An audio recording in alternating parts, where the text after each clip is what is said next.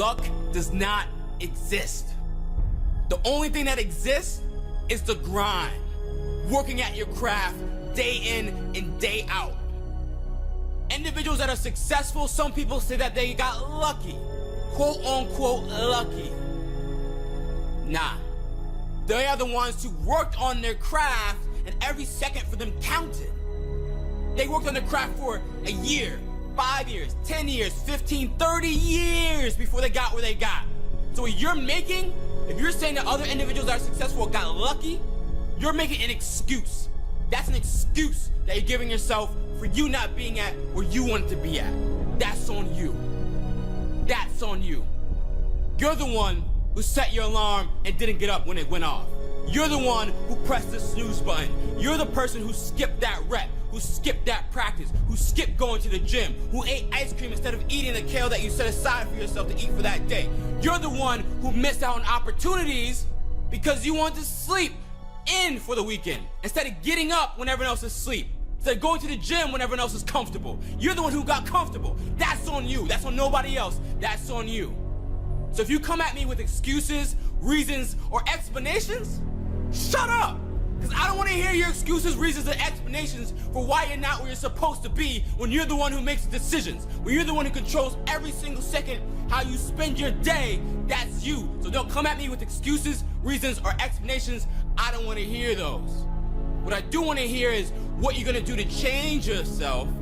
Write down what you're going to do to change yourself.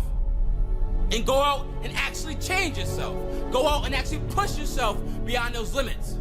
Go out and actually get up on the first alarm that you set off, get up on that one.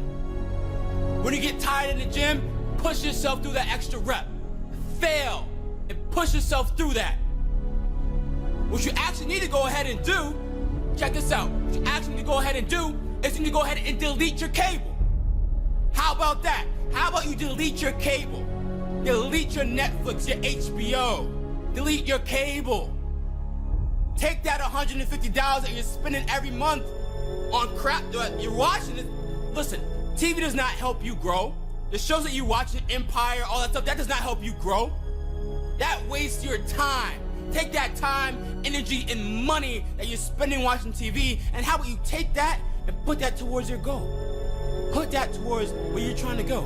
Take that $150 that you're spending on cable on a monthly basis. That's like 2 G's a year. Take that and put that towards your goal and then see what happens. Focus on yourself. Don't worry about what other individuals are doing. They are not lucky. Get that idea out of your head. The only one that can make the change is you and yourself alone. Start with yourself. Work on yourself. Make the sacrifices that you need to make. Take the time that you have and see how important it is every single second of the day. You control what you do. Nobody else does that. You have to get out there and grind.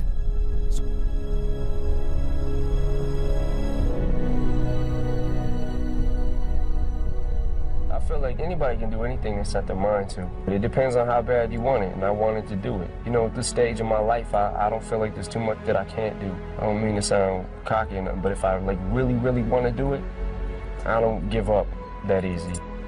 Everyone sees the work that you put in, but it's what you don't see is going to determine how far you're going to get. I hear stuff all the time. People say, oh, look in the mirror and you'll see why you're not succeeding. I don't believe that. Okay? It's what you don't see in the mirror. That's what's holding you back. It's what you're not willing to see is why talent is not enough.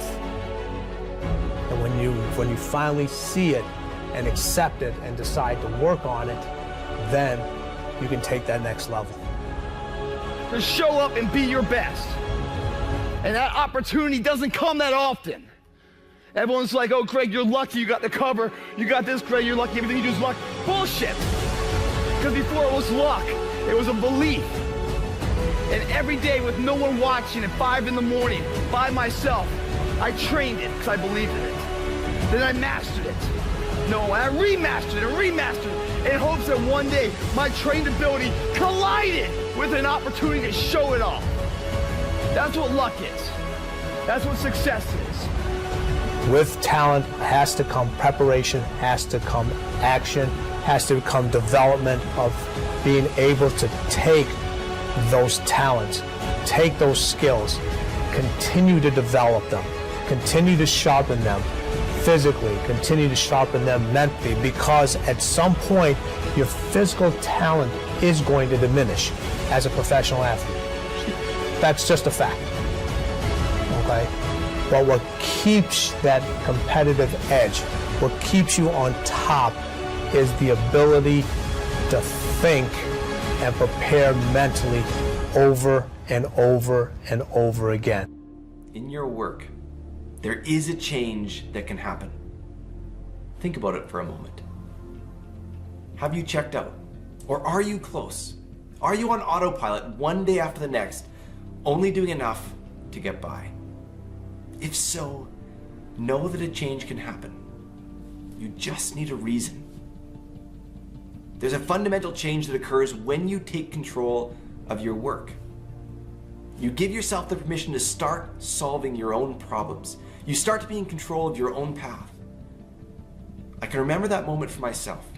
I was in a great job, for a great company. In fact, it was a moment when this company was on top of the world. But not me. Although I was going through the motions, I couldn't get the thought out of my head that I'm simply going through the motions. I checked out. Until I stopped and asked why.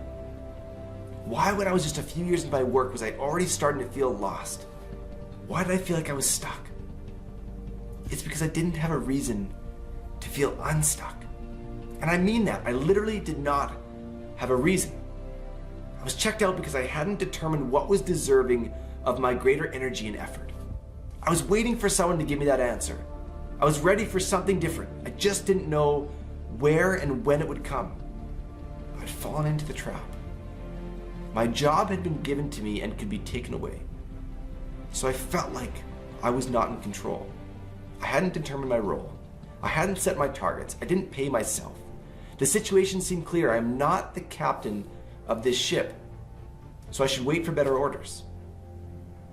Then one day something changed. I would no longer wait. I would give myself a reason. I would literally give myself a reason to be at my best.